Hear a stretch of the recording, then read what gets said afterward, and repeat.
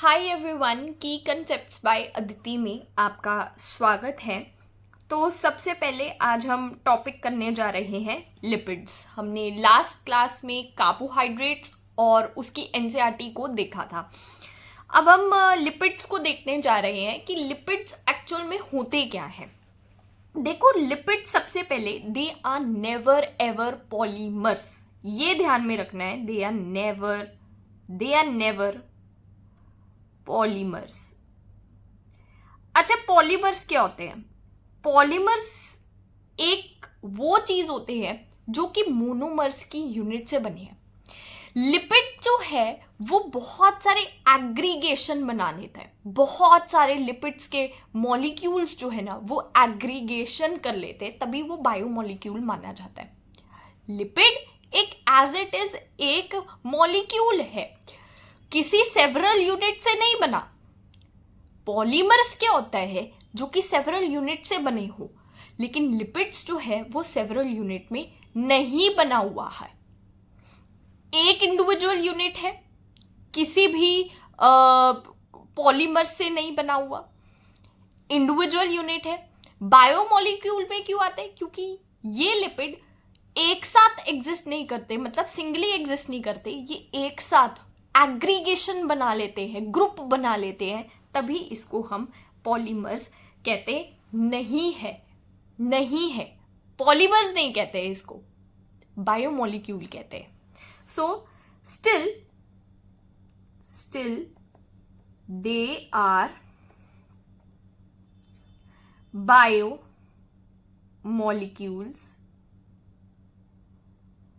as they form aggregation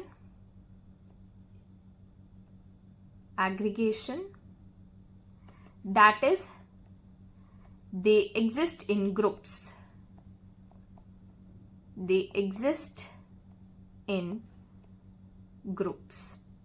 So I hope ये lipids वाला जो कंसेप्ट है वो आपको समझ में आ गया होगा कि इसको स्टिल बायोमॉलिक्यूल कहते हैं, हालांकि ये पॉलीमर से नहीं बना हुआ है। उसके बाद क्लासिफिकेशन ऑफ लिपिड आता है। ठीक है, तो लिपिड्स की क्लासिफिकेशन हम कर लेते हैं। सबसे पहले सिंपल लिपिड्स, ठीक है। फिर आता है अपना कॉन्जुगेट लिपिड्स,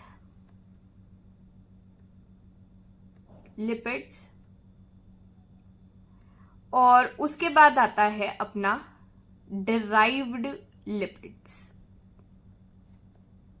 ठीक है, तो लिपिड्स की ये क्लासिफिकेशन है।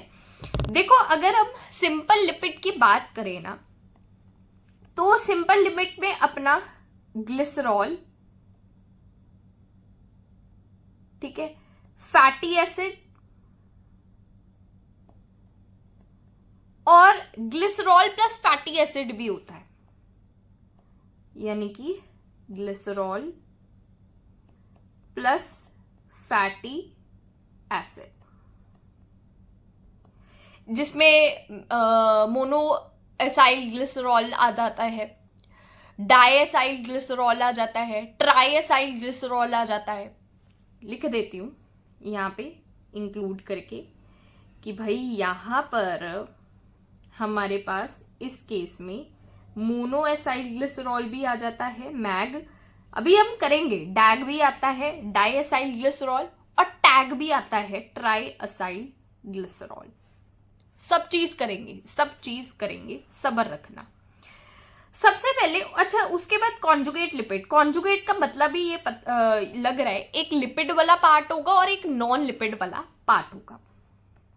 तो लिख लेते हैं फटाफट से, लिपिड प्लस नॉन लिपिड। और एनसीईआरटी में एग्जाम्पल दी हुई है अपनी लेसिथिन, और लेसिथिन सबको पता है सरफेक्टेंट का काम करता है। टाइप 2 एल्व्यूलाई होते हैं, रेस्पिरेशन में आप पढ़ोगे breathing and exchange of gases में कि टाइप 2 एल्व्यूलाई में एक सरफेक्टेंट का काम करता है ताकि घिस ना जाए एल्व्यूलाई। वो सरफेक्टेंट का नाम है लेसिथिन। तो लिख देती हूं यहाँ पे कि क्या चीज है यहाँ पर, ठीक है। एग्जाम्पल लेसिथिन, एल थोड़ा ज्यादा बड़ा हो गया, लेसिथिन। टाइप 2 एल्व्यूलाई में ये होता है एज अ सर्फेक्टेंट। ठीक है, तो आई होप कि आपको ये समझ में आ गया होगा। उसके बाद डिराइव्ड लिपिड भी आता है। देखो डिराइव्ड लिपिड में यहाँ पर एक एग्जाम्पल एनसीईआरटी ने लिखी हुई है और ये एग्जाम्पल है कोलेस्ट्रॉल की। और कोलेस्ट्रॉल बहुत ज्यादा इंपॉर्टेंट एग्जाम्पल इसीलिए भी है क्योंकि इसका आई थिंक शायद से स्ट्रक्चर जो है ना वो एनसीईआरटी में दिया हुआ है, इसीलिए इसको करना बहुत जरूरी है। अब हम यहाँ पे ग्लिसरॉल की बात करने जा रहे हैं, जो कि एक सबसे पहले वेरी वेरी इंपॉर्टेंट कि ये एक सिंपल लिपिड है और इसका स्ट्रक्चर जो है वो दिया हुआ है बुक में। ग्लिसरॉल जो है यहाँ पर इसको इजी करने का तरीका ये है कि 1 2 3 ट्राई हाइड्रोक्सी प्रोपेन। ठीक है, 1 2 3 ट्राई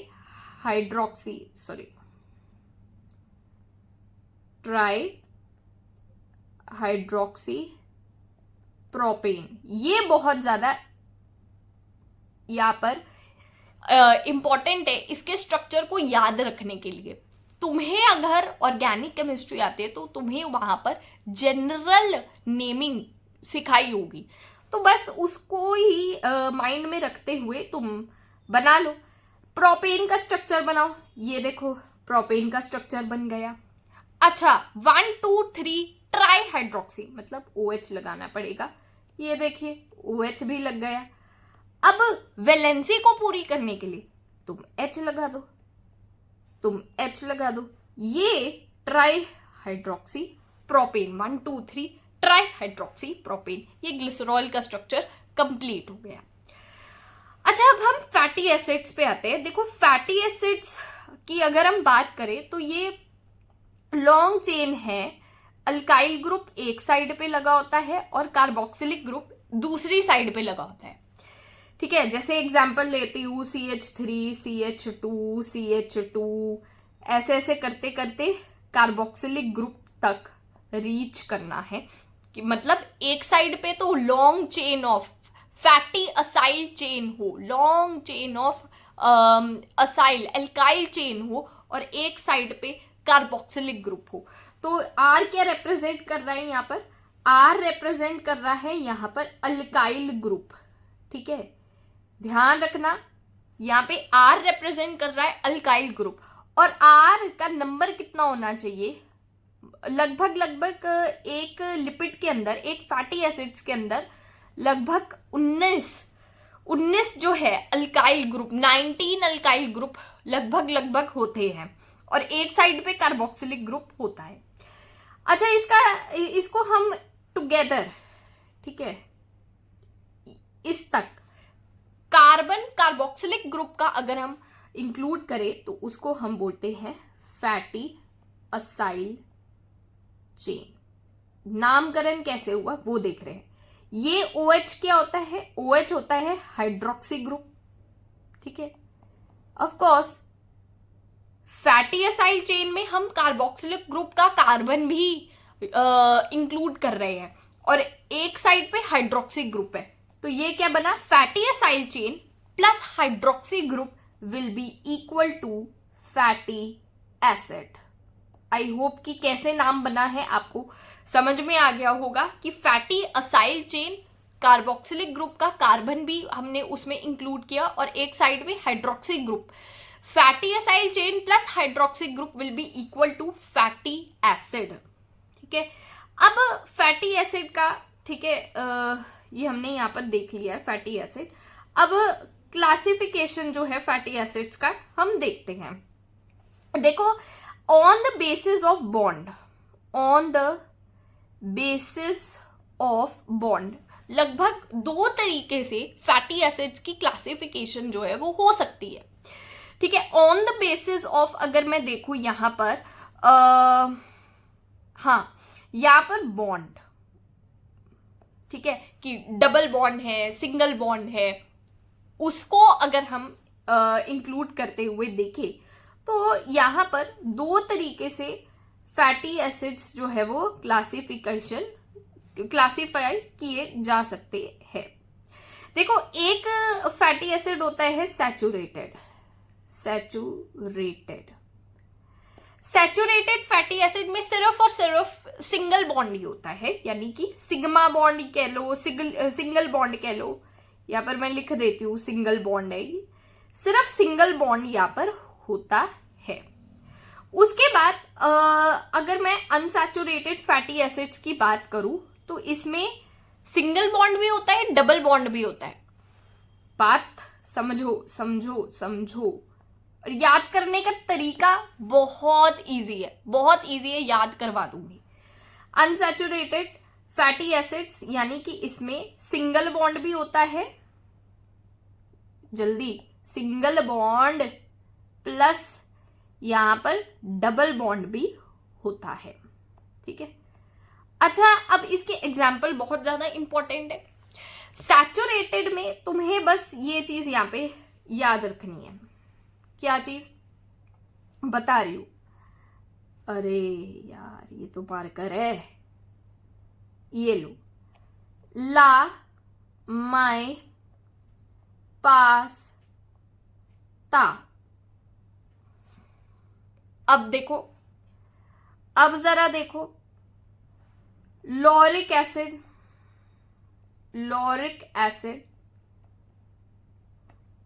12:0 0 रिप्रेजेंट कर रहा है सिंगल बॉन्ड, डबल बॉन्ड कि कितने डबल बॉन्ड यहां पर है। ठीक है, 0 यहां पे डबल बॉन्ड जो है वो रिप्रेजेंट कर रहा है।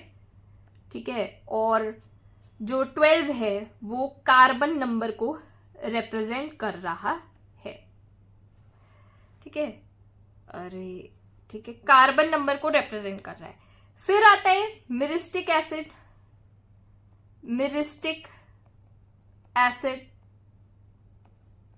14:0। पैल्मिटिक एसिड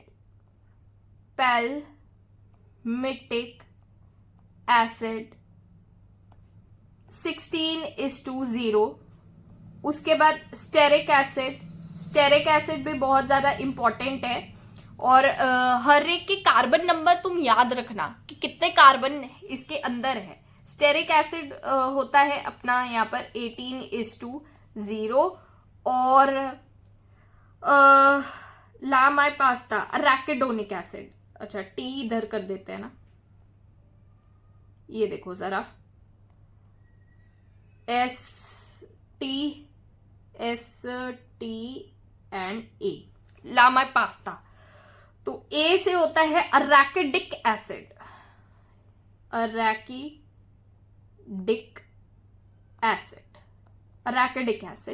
जो कि होता है 20:0। तो ये हमने सैचुरेटेड सारे कर लिए with a trick.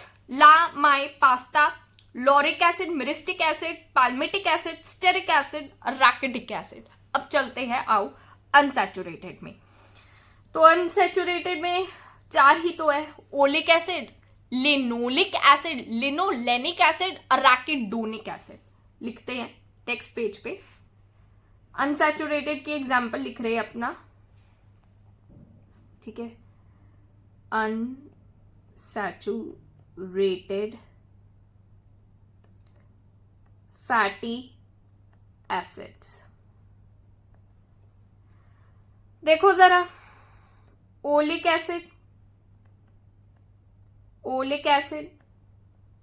Linoleic acid, अरे भाई गलत हो गया, स्पेलिंग भूल जाते हैं। लिनोलिक एसिड, लिनोलेनिक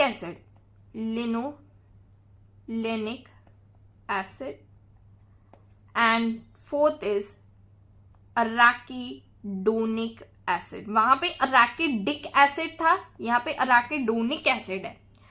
तो ओलिक एसिड में अगर यहाँ पे देखें तो 18:1, जहां पे 1 क्या रिप्रेजेंट कर रहा है, डबल बॉन्ड, और 18 क्या रिप्रेजेंट कर रहा है? कार्बन नंबर, ठीक है। फिर 18:2 होता है लिनोलिक एसिड में, लिनोलेनिक में 18:3 और अराकिडोनिक में 20:1, ठीक है।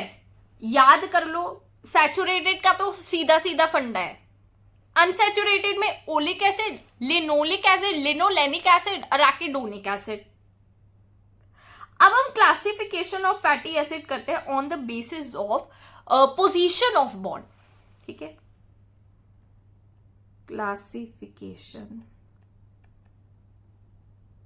ऑफ अनसैचुरेटेड, यहां पे अनसैचुरेटेड लिखना, अनसैचुरेटेड फैटी एसिड। देखो, जिसमें डबल बॉन्ड होता है, ये मैं अनसैचुरेटेड वर्ड अंडरलाइन कर देती हूं, जिसमें डबल बॉन्ड होता है, हमें पता है डबल बॉन्ड सिस भी हो सकता है। देखो देखो जरा जी, तो ये देखो, मान लो यहां पर मैंने अनसैचुरेटेड फैटी एसिड बनाया, लॉन्ग चेन आर की थी और यहां पे एक कार्बोक्सिलिक ग्रुप था, ठीक है। All right, all right.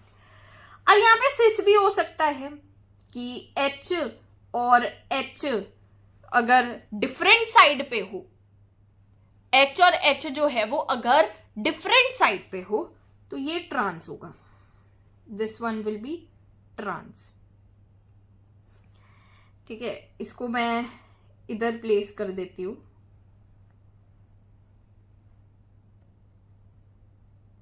ये एरो बनाने की कोई जरूरत नहीं है।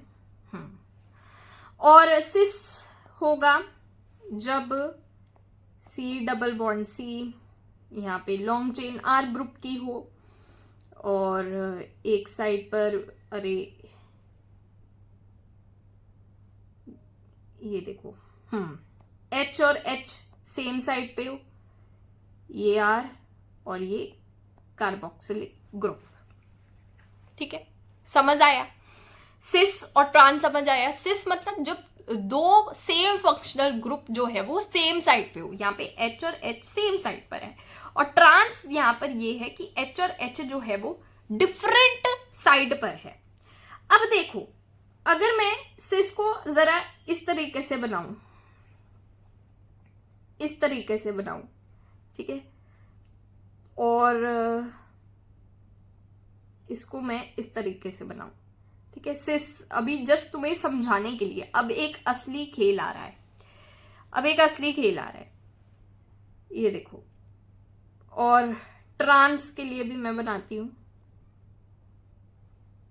ये देखो, इसके लिए तो सही है, सही है, इसके लिए ये आ रहा है और ये H है। अब यहां पे देखो, सिस में देखो और ट्रांस में देखो, सिस में किंक आ रहा है कि ट्रांस में किंक आ रहा है, ये देखो जरा, ये देखो जरा, ये स्ट्रेट चेन में आ रहा है और ये देखो, ये बेंड चेन में आ रहा है। तो यहां पर किंक बेंड आ रहा है, बेंड आ रहा है, सिस में किंक आ रहा है, बेंड आ रहा है, ट्रांस में नहीं आ रहा, ट्रांस में नहीं आ रहा, सिस में आ रहा है, ठीक है।